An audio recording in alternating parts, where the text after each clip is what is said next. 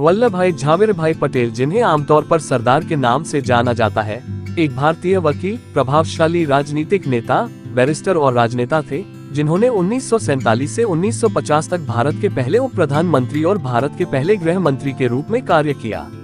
वो एक बैरिस्टर और भारतीय राष्ट्रीय कांग्रेस के एक वरिष्ठ नेता थे, जिन्होंने स्वतंत्रता के लिए देश के संघर्ष में अग्रणी भूमिका निभाए। एक संयुक्त स्वतंत्र राष्ट्र में इसके एकीकरण का मार्गदर्शन किया। वह भारतीय राष्ट्रीय कांग्रेस के रूढ़िवादी सदस्यों में से एक थे। भारत और अन्य जगहों पर उन्हें अक्सर सरदार कहा जाता था, जिसका अर्थ हिंदी, उर्दू, बंगाली और फारसी में प्रमुख होता है। उन्होंने भारत के राजनीतिक एकीकरण और 1947 के भारत-पाकिस्तान युद्ध के दौरान गृह मंत्री के रूप में कार्य किया। पटेल का जन्म खेड़ा जिले के नडियाद में हुआ था और उनका पालन पोषण गुजरात राज्य के ग्रामीण इलाकों में हुआ था। वे एक सफल वकील थे। महात्मा गांधी के शुरुआती राजनीतिक लेफ्टिनेंटों में से एक, उन्होंने गुजरात में खेड़ा, बोरसाद और बारडोली के किसानों को ब्रिटिश राज के खिलाफ अहिंसक सविनय अवज्ञा में संगठित किया, जो गुजरात में सबसे प्रभावशाली नेताओं में से एक बन गए। भारत छोड़ो आंदोलन को बढ़ावा देते हुए 1934 और 1937 में चुनावों के लिए पार्टी का आयोजन करते हुए उन्हें भारतीय राष्ट्रीय कांग्रेस के 49वें अध्यक्ष के रूप में नियुक्त किया गया था। भारत के पहले गृह मंत्री और उप प्रधानमंत्री के रूप में पटेल ने पाकिस्तान से पंजाब और दिल्ली में भाग रहे विभाजन शरणार्थियों के लिए राहत प्रयासों का आयोजन किया और शांति बहाल करने के लिए काम किया। उन्होंने एक संयुक्त भारत के निर्माण के कार्य का नेतृत्व किया, उन ब्रिटिश औपनिवेशिक प्रांतों को सफलतापूर्वक नए स्वतंत्र राष्ट्र में एकीकृत किया, जिन्होंने भारत के डोमिनियन का गठन किया। उन प्रांतों के अलावा जो प्रत्यक्ष ब्रिटिश शासन के अधीन थे, लगभग 565 स्वशासी रियासतों को मुक्त किया गया था।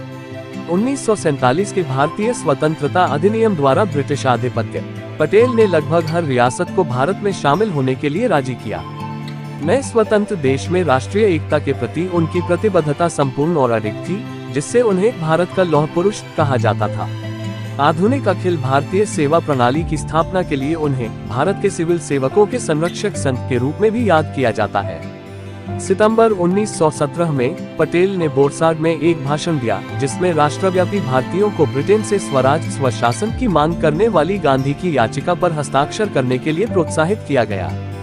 1920 में वे नवगठित गुजरात प्रदेश कांग्रेस कमेटी के अध्यक्ष चुने गए।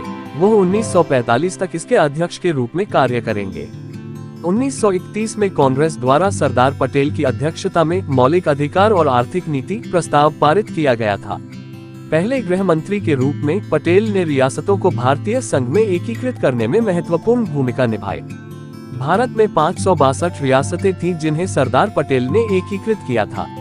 पटेल ने रियासतों को भारतीय संघ में शामिल करने, प्रशासनिक सेवाओं के आधुनिकीकरण और संविधान के महत्वपूर्ण तत्वों पर एक क्रॉस पार्टी सर्वसम्मति बनाने पर ध्यान केंद्रित किया।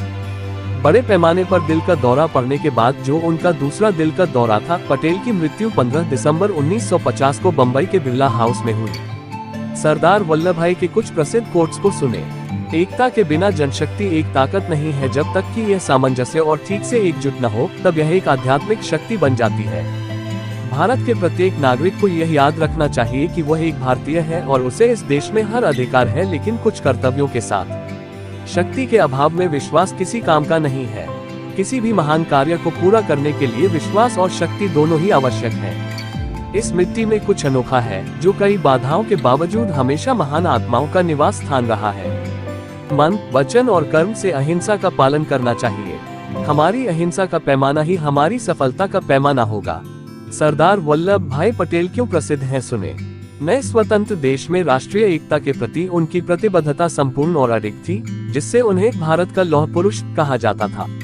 स्टैच्यू ऑफ यूनिटी, दुनिया की सबसे ऊंची प्रतिमा, जिसे भारत सरकार द्वारा 420 मिलियन अमेरिकी डॉलर की लागत से बनाया गया था, 31 अक्टूबर 2018 को उन्हें समर्पित किया गया था और इसकी ऊंचाई लगभग 182 मीटर है। अधिक कहानी के लिए हमारे क्रांतिकारी चैनल को सब्सक्राइब करें।